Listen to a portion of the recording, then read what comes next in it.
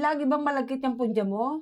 May manilaw-nilaw at mamuti-muti pa? Ang baho niyan, ang katipan niyan. Alam mo bang kapag gumamit ka ng Yoni, hindi mo na kailangan ng panty liner? Makakatibid ka na, magiging healthy pa yung kifi mo. Dahil matatanggal ang mga unusual discharge, magiging normal na discharge na lang siya. Kaya mabango na, healthy pa ang pagkababae mo. Nagtiis ka rin ba kay Junjun? Amoy mo bang amoy putok, baktol, anghit at amoy sibuyas? Hindi mo masabi-sabi kasi baka mamaya ma-offend sila. Baka mamaya dahilan pa ng paggagalit or pagkahiwalay nyo. Huwag mo nang sabihin, baka mamaya nagtiis rin siya sa amoy ng kipi mo. Pwede mo rin isabon ng Jolly Soap at Jolly Gel kay Junjun. Hindi mo na kailangan magtiis sa amoy niya. Pwede mo rin itong ipaggamit sa kanya. Ang dami mga babae na mga impokrita na hindi maamin-amin na may amoy talaga yan. Lalo na kapag rentahin na, kurentahin na, panis na, expired na agad. Kaya huwag kang impokrita, ganyan talaga kapag nagkakaedad na. Pero alam mo rin ba na may panghugas ng kipi na kaya niyang pabanguhin yan kahit na may edad pa tayo? Ang luwag na parang kasing laki din ng train.